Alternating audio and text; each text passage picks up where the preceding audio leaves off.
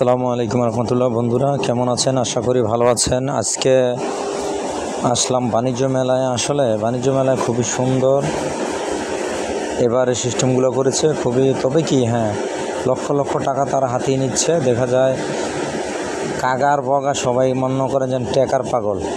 এখানে আসলে মনে করেন টাকা পকেট ভর্তি, বা আপনার যদি বালতি মালতি থাকে বালতি ভর্তি টাকা নিয়ে আসবেন ভাই, কারণ বালতি ভর্তি টাকা না হইলে এখানে বাণিজ্য মেলায় আইসা কোনো লাভ নাই। কারণ বাণিজ্য মেলা এমন একটা জায়গা অবস্থিত, এখানে আসতে গেলে যেই প্রান্তে থেকে আসবেন না কেন টাকা লাগবেই।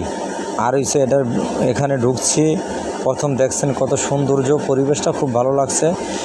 আর সকালবেলা আসছি তো একটু প্রায় 10টা বাজে, এখানে কিছু রোদ উঠছে, রোদটা মানে খুবই গায়ে লাগতেছে, খুব ভালো লাগছে।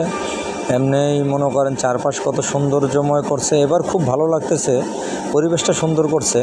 আবারও আমি আসলাম আমার ফ্যামিলি নিয়ে এখানে। এই যে প্রথম দেখেন একটা স্টল, বাস স্টলের চারিদিক দিয়ে দেখেন বিশাল বিশাল স্টল এখানে দেওয়া হয়েছে। আসলে ভাই এখানে যারা আসবেন তারা খুব সেন্সিটিভভাবে আসবেন, এবং কি আসল কথা কি বাইরে থেকে কিছু কিনে নিয়ে আসবেন, কারণ এখানে আসলে এখানে ভাই সাধারণ মানুষ এখানে এসে ঢুকতে পারবো, কিন্তু ভাই কিছু যে কিনে খাবে ওরকম সিস্টেম এখানে নেই। তবে এখানে এবার প্রচুর সব কিছু দাম। যাই হোক, আপনারা আসবেন, সুন্দর একটা জায়গা দেখেন। এই যে একটা ঘর, কত সুন্দর একটি ঘর আমরা দেখতেছি। এই যে কত মানুষের ছবি তুলতেছে, এই আপুরা ছবি তুলতেছে দেখতে। এখান থেকে আবার যাচ্ছি, দেখেন ভিতরে এখানে ক্যান্টিন আছে, ভিতরে সবার খাওয়ার জন্য ক্যান্টিন আছে। আমরা এখন ক্যান্টিনের দিকে যাব। দেখা যায় সামনে যাওয়ার পথে কি বাজে, দেখেন কত সুন্দর পরিবেশ। আসলে না আসলে মানুষ বোঝা যায় না, আসলে মানুষ বুঝতে পারে যে আসলে কত সৌন্দর্যময় এই বাণিজ্য মেলার ভিতরে।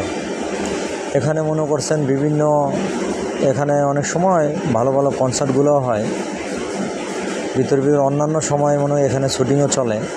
তারপর এখন বড় বড় স্কুলের শুটিং বা বড় বড় শুটিংগুলো এখানে করে। এখানে এখন বাণিজ্য মেলা হচ্ছে তো তাই এখানে কোনো শুটিং নেই। দেখেন বাংলাদেশ বাণিজ্য মেলায়। এই যে এখন একটু যাচ্ছি, লিফটে উপরে উঠবো, ভাবতেছি দেখি লিফটে উপরে ওঠা যায় কি না।